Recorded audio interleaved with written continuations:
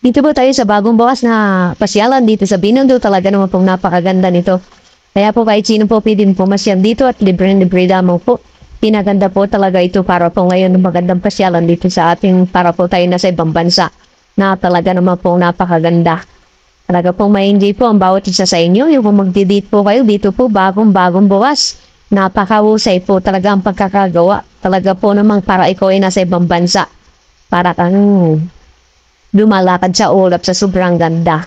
Kaya po pasyal na po kayo mga kababayan diyan na para po kayo nasa ibang bansa talaga pong pinaganda ito. Yan po ito sa Binondo po. Yung gusto pong pumasyal diyan na ito po kitang-kita po naman yung ganda at linis. Yan po yung mga fountain na talaga naman pong napakahusay at napaka gandang tingnan, maliwalas pong para ka po nasa isang planeta na talaga naman po napakaganda. Ang magiging pakiramdam mo pag narito pa. Kaya po talagang pinaganda para po sa mga kababayan po natin dyan na gustong mag-date. Ayan po, dito lang po kayo pasyal. Ayan, talaga naman pong napakahusay po nito. Nasadya pong pinaganda para po ngayon, para po tayo nakarating na sa iba't ibang sulok ng bansa. Para po tayo nasa ibang bansa talaga po tayo na dito. Napaka ganda-ganda po ng pakiramdam. Kaya po, punta na po kayo dito sa Binondo na talaga pong napakaganda nitong lugar na to. Nakabubukas lang po. Ngayon po binuksan na para sa publiko. Kahit sino po pwedeng pumunta rito at mamasyal. Libre-libre lamang po ito. Kaya po, wag na po kayong mag-atubili na hindi po masyal. Pasyal na po, libre. Para po kayong nasa Hong Kong, Japan, Malaysia, Canada. Ayan, tingnan po ninyo, ganda po ng pagkakakuha ng kulay, dilaw na dilaw. Ayan po sila po, nagpipicture-picture po sila para po ngayon malaman ng mga kasama nila na talaga po palang napakaganda po talaga.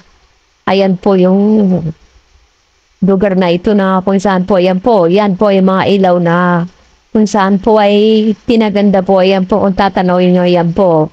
Kitang-kita po ninyo. Ayan, yung tulay. Yan. Kitang-kita po yung mga building po na naglalakihan dito. Kitang-kita po ninyo. Yan. Kaya po pasyal na po yung mga kababayan po natin dyan.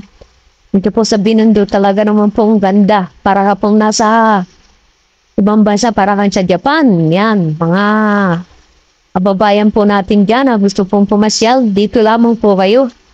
Ayan, libre-libre, binuksan na po ito para sa mga kababayan po natin dyan.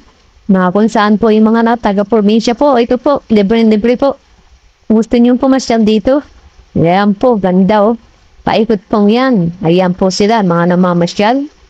Na kung saan po ay talagang nai-enjoy ang bawat isa na pumapasyal dito.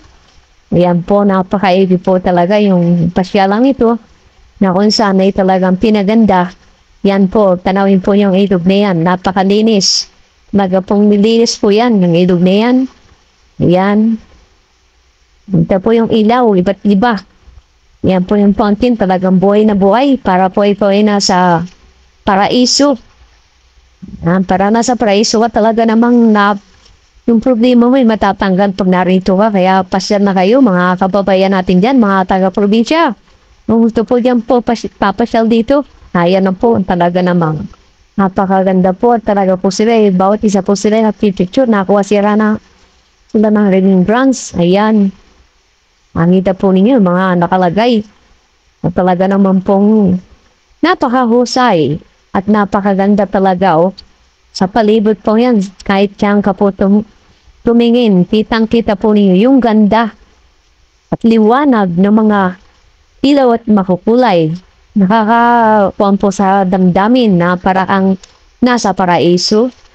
Ayan, paraiso na talaga naman po. Sadyang pinaganda ang Manila. Ayan po, ito po yung tulay. Oh. Kita-kita nyo, naninilaw. Ayan. Kitang-kita ninyo. Ayan po yung tulay. Dito po tayo dadaan sa ilalim. Ayan, para makita natin yung ilog na kung saan po ay nilinis. Ayan, kita po ninyo, dilaw na dilaw, oh. Ayan, yan. Tingnan po ninyo, ayan, oh.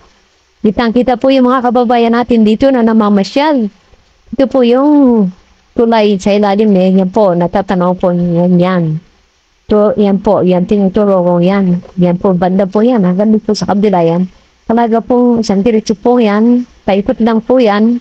Yan po yung tulay na kung saan po ay kitang-kita po yung kulay na talaga pong nanindot, namumula-mula. Ayan.